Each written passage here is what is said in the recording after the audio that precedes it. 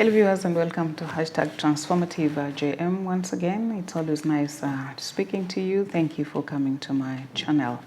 Remember to subscribe, press that red button and the notification bell that we can continue communicating. Today I want to weigh in on this school burning issue because it's just becoming too much, right? Yeah, it went quiet and suddenly it is up again. It's like behaving like COVID, yeah? So let's now talk. Let me talk about it also from my own view as a Kenyan. And before that, I would like to see what the Bible talks about this kind of behavior. And I got a quote from Proverbs chapter 13, verse 24, which says, "He who spares the rod hates his son, but he who loves him is careful to discipline him." So he who spares the rod, hates the son. And that one who at least is careful, who loves the child is careful to discipline them. So discipline is not necessarily hitting the child or that corporal punishment. Discipline has various ways and various methods of disciplining the child. So since we no longer have that corporal punishment, well, people are talking about returning it. Well, in my view, that would be inappropriate because there were good reasons as to why they were removed. And given the current situation with the kind of depression that we're going through with the economic turn down and many other complications, it will be another problem because people are so stressed up, and due to stress, you have no idea what you're capable of doing to somebody, especially that somebody who cannot fight back. So I think we need to think seriously before returning corporal punishment. However, we need to discipline our children, just like the Bible says. The Bible is not talking about corporal punishment, but it's talking about we discipline them. Yes, we have to discipline the children. And viewers, in my view, this problem is emanating from our family. The root cause is found in the family.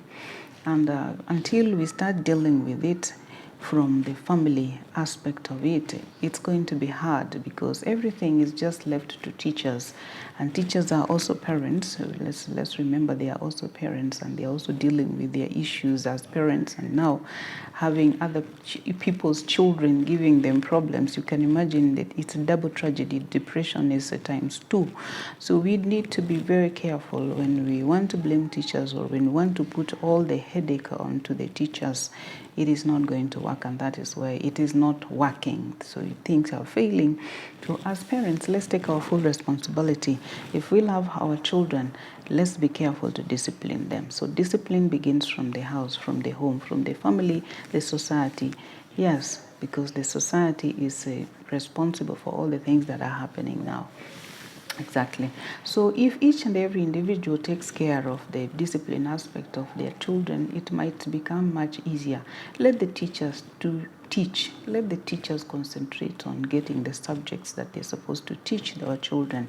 It will be hard for them to get into those problems that are at home that are causing them to behave like this or like that. And that just complicates things. Another thing I've noticed, I've observed is that each time this problem occurs, we only deal with the building the school, the money. We are more concerned about the money of rebuilding the school, the money, the problems here. We forget completely the child who has burned the school. We have completely failed to address the root cause of the school burning, the root cause of the problem that we're going through, and that is with the child. Have we ever even paid attention to understand or to get to know exactly why did this child or why are children burning school? What is happening? What is going on? Do we pay attention to what is going on in their heads? Because this is a mental issue. And we are pushing mental issues aside. We are putting them under the carpet, believing that they will just come to end. Voila, they keep coming up. So it is high time we deal with these issues from the root cause and eradicate it once and for all. It may take a while to do so. It may take a lot of investigations and a lot of this or that, talking here and there, having conversation here and there. But I can tell you that is, in my view, that is the only way that we're going to eradicate this menace and get it out of our society once and for all. Let's pay attention to the child who is burning the school, because they are infecting others. That is what we are not realizing. They are infecting others. You can imagine an innocent child who was in class, was reading, was revising, wants to pass their exam. Suddenly there is fire. What happens to this child's head, right? Is there any reason for them not to take part into that? Because all of them now are going to be punished. The parents, all parents are going to pay for the burnt dormitories or burnt school. So, it is causing more and more problem, more and more, serious issues and more mental issues. So you can imagine this parent who has been struggling, lost their job last year due to COVID, have been struggling here and there. Some money has been borrowed to take the child to school. Now again, this parent has to go, I don't know to who, to borrow some more money again to go and pay for this the burnt dormitory. Now, this parent most likely is going to let it out on the child. This child is innocent. What do you think is going to happen to the child who is innocent? Because it's not 400 children who burn the school. It's maybe only 4 or 2. Even 1 can do that. But they affect the rest 399 or 300 or whatever the number. So these others, because they are they are innocent, but they are they are being blamed and they are innocent. What happens to them? Only God knows, because there are those who may take it positively, and there are so many others, I can tell you, that will not take it positively. So what they will want to do is to revenge, to do something also, because after all they did nothing and they're being punished. Their parents are punishing them, the school is punishing them. So this child, as innocent as they are. So what I'm saying is we need to address the root cause. We need to take the issue of these children, their mental status, seriously. Deal with those issues. I know the school has to be built, but I can tell you, money today, you don't have, money tomorrow you have. When you lose that child, that's it. Yeah, that's it. So money, I know it's very hard at the moment because we are all facing hard situations. Okay, not all, there are others who are not. But I know quite a number of parents are facing very hard situations. But I want to assure them that it is possible to get that money. It is possible for that school to be rebuilt. It is possible. What is not possible is when you destroy the child. When the child is destroyed, this child that is going to go to jail, this is traumatized and becomes now a delinquent. We have lost those children. Is it worth it? Is that what we want? We need to deal with this issue. It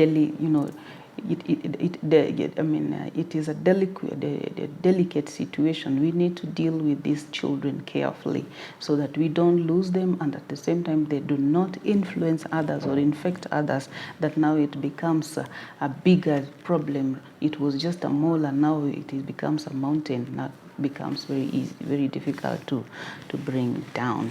So in my view, I believe remedy number 1 is schools must have counselors, qualified counselors. And these counselors cannot be teachers, because that is the tendency we have. You're told there is a counselor, that counselor is a teacher. So how are those two? Those are two different professions. Yes, the schools must invest in counselors, qualified counselors, give the counselor an office and responsibility, full responsibility, because this is big. And the reason is because this counselor will be able to liaise with other counselors from other institutions, with psychologists, whenever there is an issue that they foresee. Because now, for them to handle a school maybe that is having 400 or 1,000, if they don't have room even to operate, it becomes hard. And I can tell you there are so many pro bono, counseling out there, especially in churches. So if we have a counselor who is able to identify a child with a problem or identify a problem that may occur in a school, they liaise with other psychologists or other institutions or even the church, and they are able to advise the school accordingly to stop this menace from taking from happening. So number 2 is let's have a conversation with the children. When you go to schools, in fact, it's very sad. You see the way the relation between teachers and students is so bad. It's like it's a war. It's like, people talking like it's like some military. I don't believe that is the way. People must have that democratic room to be able to talk, and they are guided. What we call democratic or authoritative parenting style. Well, if it is in school also, it is authoritative in that they are given way to talk, but it doesn't mean that it will go the way they want. They must be told why it has to be the way it is. So with understanding, at least they have to be made to understand. So discussion, talking and listening to these students is also necessary. So teachers, let's avoid just being authoritarian or being dictator or the despotism. Because in some schools, this is what is happening. If you see a headmaster, you have to run.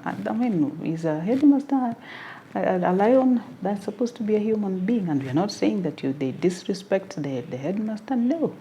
They have to know that that's the headmaster and must be respected accordingly. So that is point number 2. Point number 3, the teacher-student relation to be looked into and addressed. I've said that the way they converse with each other, the way they talk to each other, there must be mutual respect. Yes, because this is what is causing that behavior that we are seeing. That they want to show them dust because there are many. Now the kids are looking for the number. We are many, and when we do this, we will be heard. Why can't we just listen to one at a time? And that can only be done through conversation. And if we have a counselor who may be able to identify a problem before it occurs, it becomes much easier. Okay? So that part needs to be addressed. So we also have parents, let's guide our children in terms of talents. And of course, again, when we have a school counselor, also is able to help, like the guidance and counselor is able to help identify a child with a certain talent, that they are guided accordingly, so that they train on whatever they love, whatever they are comfortable with. And I'm not saying that they will stop education. Education is key, because like we say, talent or money or so much money without education is just like launching a ship on a high sea without a captain. And we have seen what happened when people have so much money suddenly and they have no education, they have no knowledge of managing the money, and they don't want other people to manage for them. They lose their life, and we don't want that. So education is key. It's important that it must be taken seriously. So we are saying that we help our children, those who are talented in one way or the other, we guide them through such that they know that they're not going to lose it. Stay away from a lot of pressure of having to read this, to read that, and read that. And they already feel they cannot even, what are they going to do with those things? So talent, we need again to embark on that. I have no idea about this CBC, how it is, and I believe it is. But I want to say that we need to guide our children according to what they are talented in, so that is where their focus is in. And that will relieve a lot of pressure of passing this, passing that, and then nothing else. So we help them identify their talents, identify their gifts, and help them rebuild them as they learn other languages, they learn other subjects which are to help them navigate their way, but focus on that particular talent, that particular gift, that particular subject that will take them farthest and will ease their life. So we are saying, let's try this, and we see if this can lessen the pressure that is putting our children into this situation of banning schools and speaking in terms, addressing us through banning schools and doing all sorts of evil and wicked things. This will not end up well, because the children's lives also is destroyed. Taking a child to prison and taking them through those kind of steps is not going to work positively for them. That is a destroyed child. A destroyed child is a destroyed nation already. We have to stay away from this whichever way we can. Thank you.